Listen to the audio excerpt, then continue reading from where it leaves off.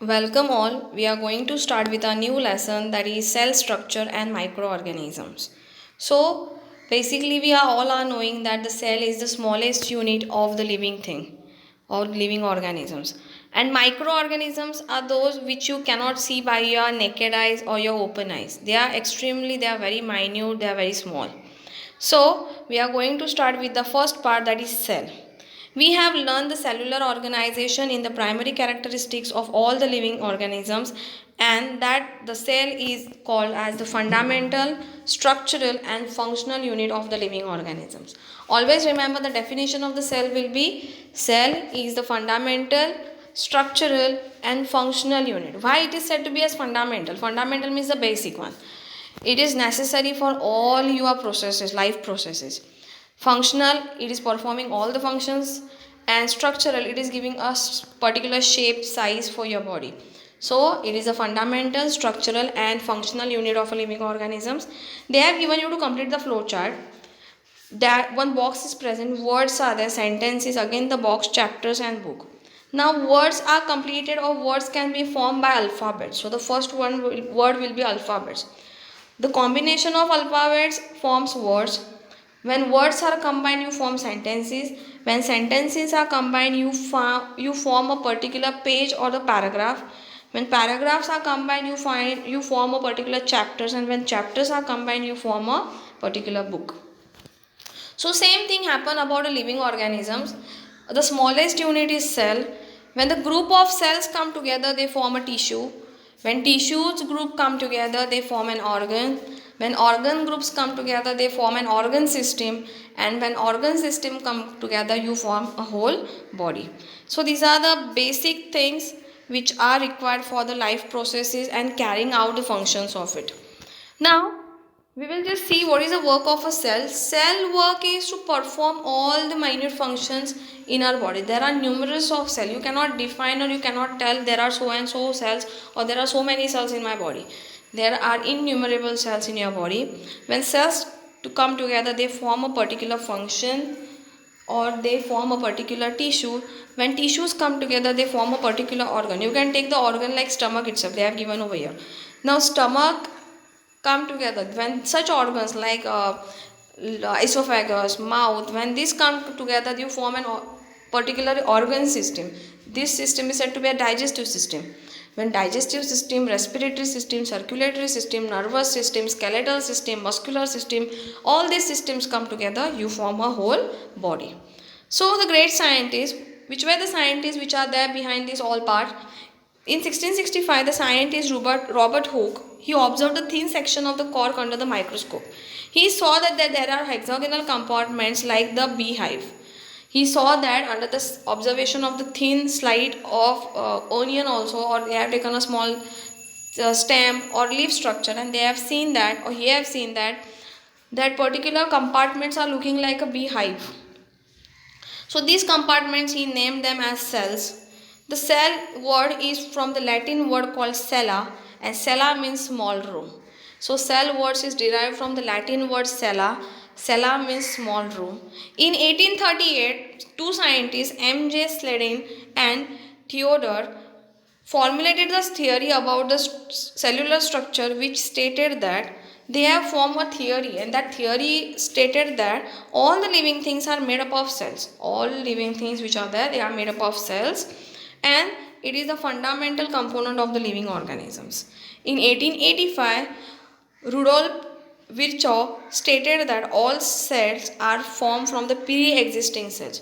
The cells which are forming, new cells are forming, they are forming on the basis of the pre-existing cells, the cells which are present earlier.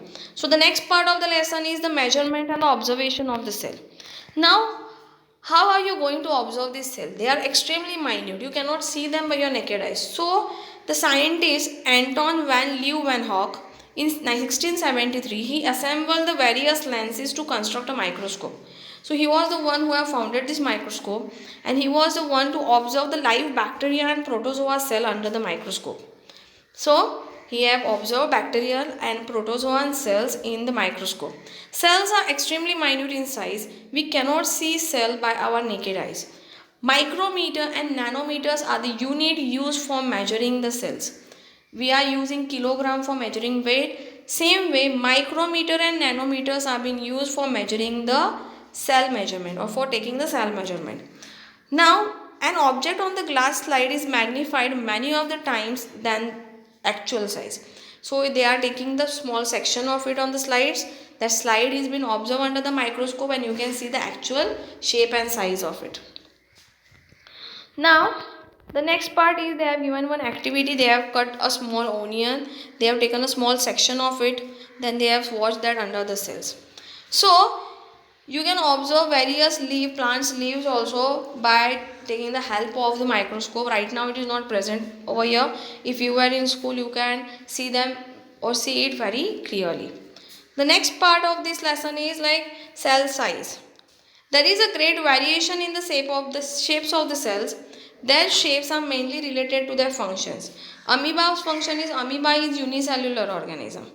So it is having a single cell. Red blood cells, that are RBCs, which are present in our body along with WBCs. Then are spirogyra, a fat cell, a egg cell, a bone cell, a nerve cell, neurons, muscle cells and a sperm. So these all cells and these all things are very much essential. Each and every one is having a proper functions. They are performing their functions at the regular intervals. Now, cells are of many different shapes such as circular, rod shape, columnar shape, spiral shape, oval shape, rectangular shape. There are various shapes. You cannot specify that the shells are of the same size.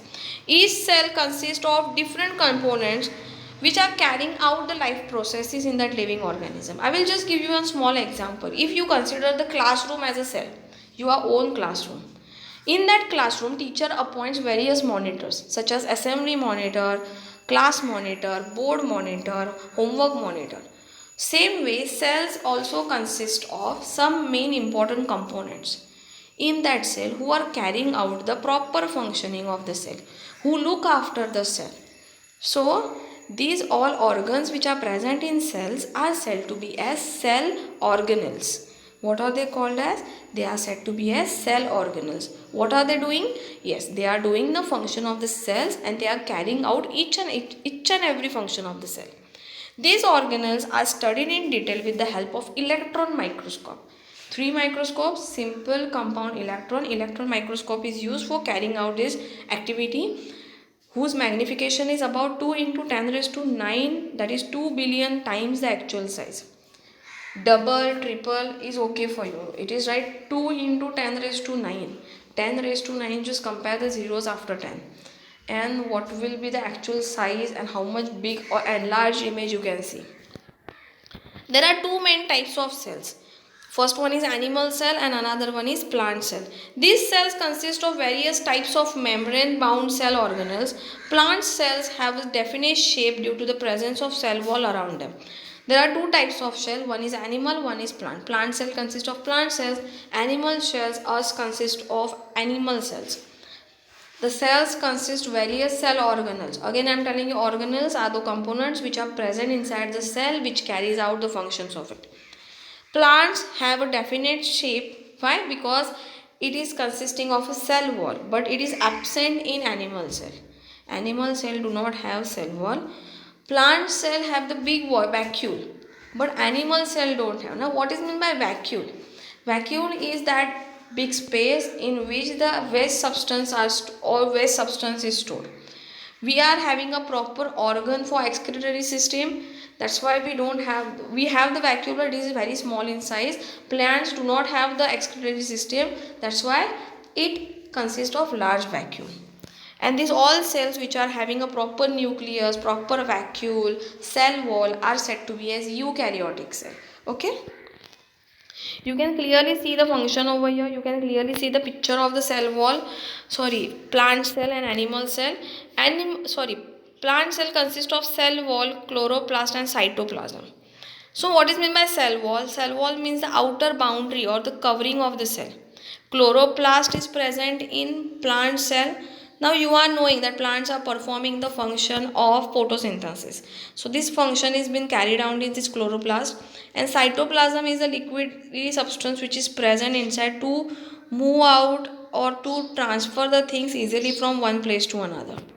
Now we will see the animal cells. You can see over here animal cell. These are the middle images are common in both of them. For example, free ribosomes, lysosomes, cell membrane, Golgi bodies, nucleus, endoplasmic reticulum, vacuoles, and mitochondria. So what are these? What are their functions that we are going to study in the next video? Thank you.